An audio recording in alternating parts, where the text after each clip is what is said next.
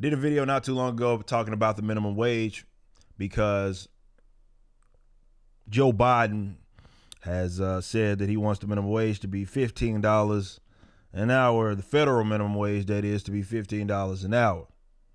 And it is a purely, as minimum wage has always been when talked about, it is a purely an emotional, nonsensical, economically illiterate position to have, to which in this case you'd be doubling the minimum wage from what it is now at the federal level.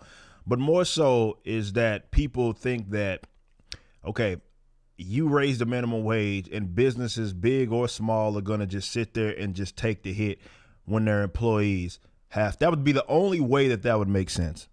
That'd be the only way that makes sense, is if every single business, every single one, not like some of them, every single one was going to say, okay, the people that are making at that minimum wage now, I'm going to double their pay and I'm just going to not work my way around it. I will just eat the cost, because again, that's going to be cutting into your profit in terms of what you're going to bring in, because you're going to have to spend more money on employees. Now, this should be a bare basic thing, but if you've never owned a business, if you've never managed, if you've never done anything like that, then yeah, all you're going to think is at the surface level, this emotional response that, hey, I'm going to get this double raise if they raise the minimum wage. And there's absolutely nothing that the company's going to do to make an adjustment. They're not going to cut hours. They're not going to replace me with a machine. They're not going to combine, which happens a lot. And I speak from this because I had to do this when the ACA deal happened when I was managing gyms, in which you basically merged positions. So you had a position that would, okay, this person was only in charge of this and that person was in charge of that. And because you have to, well, it was albeit for a different reason, but I'm just using that as an example that, okay, state mandate comes down and then you have to make an adjustment to where we merged the employees. So it's like one had to go, and one, now we had a person who, even if we gave them a slight uptick, we'd still be able to break even because they were now responsible for doing multiple things. But before they were just maybe a clerk or something, and now they're a clerk in addition to being, I don't know, a trainer or something. I'm just using this as an example. Businesses make adjustments. They're not going to just sit here and swallow the cost. That's not how it works. It's not how it ever worked. And anybody that pretends that's how it's worked is being an idiot. The minimum wage, as I've always made the argument, should be abolished. Now, I didn't say this in the last video, but I did in my old videos talking about minimum wage, and that the bizarre thing that a company can just up and pay you, let's say if you were making the minimum wage, a federal minimum wage that is, and they could just up and pay you double, and they would never be like, okay, we have to reassess our profit margins here. Because it's not, I'd imagine that it's not just you, definitely if you're working for a decent sized business. It doesn't have to be a massive business. But it's unbelievable how it's frustrating as it is. You hear people so willy-nilly talk about this subject matter, whether it be politicians, political pundits, commentators, that talk about this topic so easily. And that shit just rolls off the tongue like, yeah, just double the minimum wage and there's no consequence. And then when you have an argument with them, because my argument has always been that the minimum wage should be abolished. It shouldn't even exist. There should be no federally mandated minimum wage. And an idiotic response has always been, for the most part, is that, well, you be paid nothing. Now, let's think this through, okay? So let's assume that all businesses paid you absolutely nothing. So this would mean that the people that are within that marketplace would not have enough money to buy goods. So in turn, that would hurt literally every single business, because the individuals within it could not afford that, because they would be getting paid virtually nothing. And it also, that kind of speaks to the fact that, I don't know, 2 to 4% of people right now make at or below the minimum wage anyway, right? They generally pay above it. Most jobs do. Now, not a lot, not all of them, of course, but most jobs do. And it's generally the lower skilled jobs that are going to be paid certainly minimum wage anyway. But it's a completely anti-economic, or rather economically illiterate position to have, to sit up here and be like, well, if it didn't exist, or say if it was lowered, then you would get paid. Everybody would just get paid next to nothing. Okay, if they got paid next to nothing, nobody would have money to spend in your market economy. Nobody. So it wouldn't matter if the business that you work for, the business down the street, people wouldn't generally have enough money if everybody in there, because let's say it's like, because the argument would be, and this is the argument, this is how you know it's a nonsensical argument. The argument is that they would shoot towards that number. Well, in that case, what's stopping them from shooting towards that number right now? Nothing. Nothing. That's why that's a nonsensical non-argument. If you abolish the minimum wage, everybody would make they would make whatever that floor, that price floor is. Okay, why isn't everybody making at the price floor right now? Anybody want to answer that?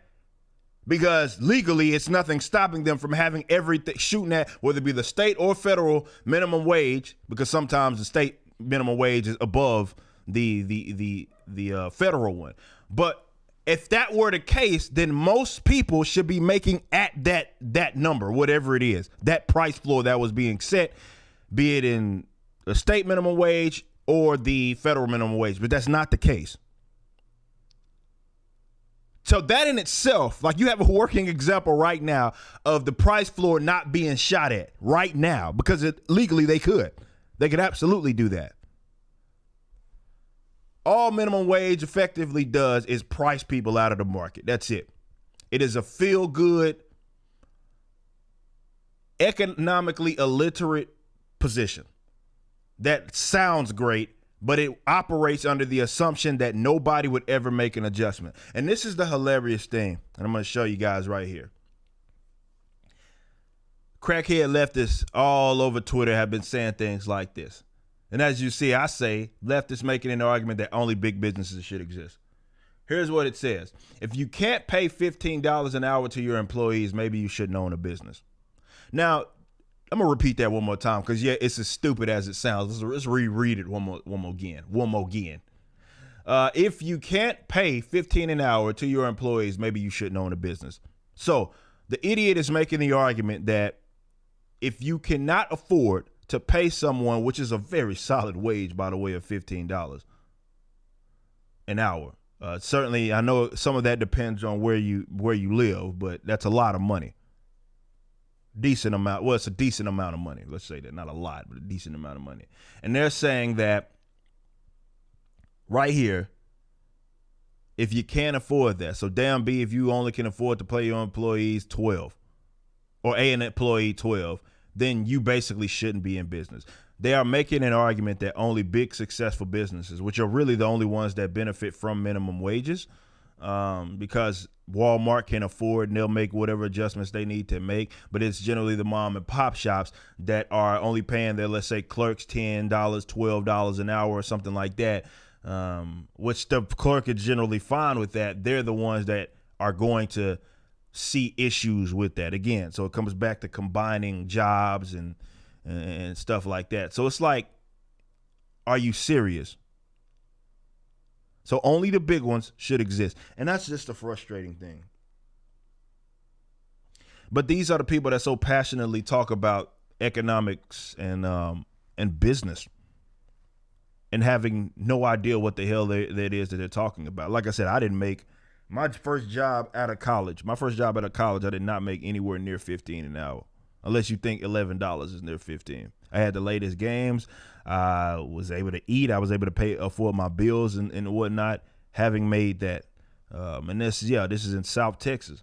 But, that's what I'm talking about. And like, there was no way that the job that I was working would have been able to afford to pay me that much money in the position that I was in, or the people under me would have been phased out, hands down. Like, and this is not even going to like the inflationary cost, because that's, that also comes with it when you couple that. Definitely right now, like one of the worst things you can do right now, you have things work antithetical to one another. You have least productive people within your marketplace right now because of the lockdowns and all the federal restriction, state mandated restrictions and all of that. So you have less people that would generally be productive in your market, and now you're trying to increase wages while also, when you consider stimulus packages and all that, while increasing the money supply. So you're increasing the money supply while you have the least amount of productivity. So what ends up happening in the short to long term is cost of goods, cost of living end up going up. So at minimum, you break even, right? So if you did raise, let's say, couple all of this together, raising the minimum wage and all of that, and now milk that was, I don't know, $3 is now $7 or something like that. And that's generally what happens when you're manipulating your money, your supply of money, and basically dwindling people's savings, because basically devaluing the money that they're utilizing. That's what happens.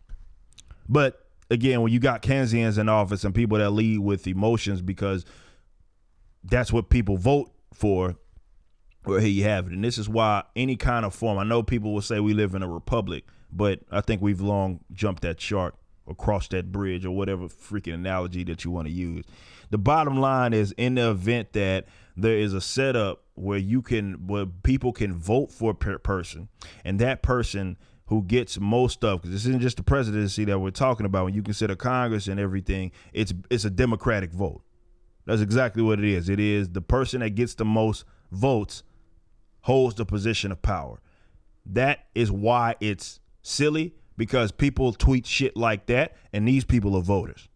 These people that have absolutely no idea what they're talking about. They have no concept of reality. They're economically illiterate. Their vote matters just as much as someone who could outwit a circle around them. That is what is a fundamental problem with government in itself, and certainly government that has democratic elements, because stupid people get to vote, and those stupid people vote for people who then enact stupid policies.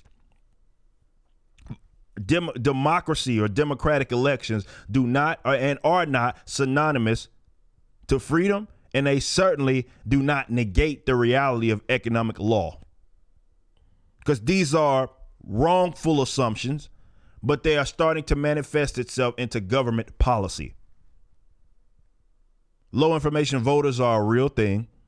Most of them are, I would argue, because I don't know if you guys have actually went out there and actually had conversations with these very stupid people. They have no idea what they're talking about. Everything is emotional. The entire argument is emotional. Like when you lead with something like, okay, they're operating on a fundamental basis that you could raise the minimum wage and see virtually no consequence. And if that were the case, you could raise that sumbitch up to, I don't know, 50 an hour. Go to Bangladesh, instead of trying to give them foreign aid, pulling them out of poverty or something like that, just tell them to raise their minimum wage. And then everybody will be better off. Because, I don't know, according to these crackheads, there's a such thing as a living wage, which doesn't exist, by the way. There's no such thing as a livable or living wage, considering that every individual has a different set of not only traits and attributes that allow them to navigate economically, but when it comes to the standard of living, everybody's is different. Like I was using in my last video talking about minimum wage, I could have worked that $11 an hour job and had no issues. I have no kids or anything like that. Now, someone that popped out 3 babies and is a single mother probably could not necessarily afford to take care of all of her expenses. Either way, it's not the job's fault to try to figure that shit out for you. There's no such thing as a living wage. Livable wage, all of these are purely emotional concepts. But I'm going to end with this. If you think that minimum wage is something that's taking it to the rich guys, for lack of better terms, you're stupid. They're the ones that benefit the most from it. And it's not just with minimum wage, it's other forms of economic restrictions and regulations. That goes to business licensing and other stuff like that. That does not benefit smaller guys. That hurts smaller guys, because the ones that can generally eat those costs and make the adjustments are almost always bigger businesses, not the mom and pop shop. You idiot. And it doesn't matter if they're big or small. Nobody is going to sit there and have your pay double overnight and not make any adjustments, either be to your hours or to your job in itself, which may end up getting axed because you may get replaced with some automation, which does not benefit you. It benefits higher paying jobs like guys like me that worked in IT, right? That type of stuff benefits us, not you, not the person who is just trying to enter the job market or is in between jobs, that youngster who goes to that rotten school that needs some sort of experience because the rotten school's indoctrination camp ain't going to teach him nothing. He's better off working, but you make it illegal for him because if I want to hire him when you raise the minimum wage to 15, if I wanted to hire him for, I don't know, 10 to just mop floors or something like that, well, you've now made it illegal to do that.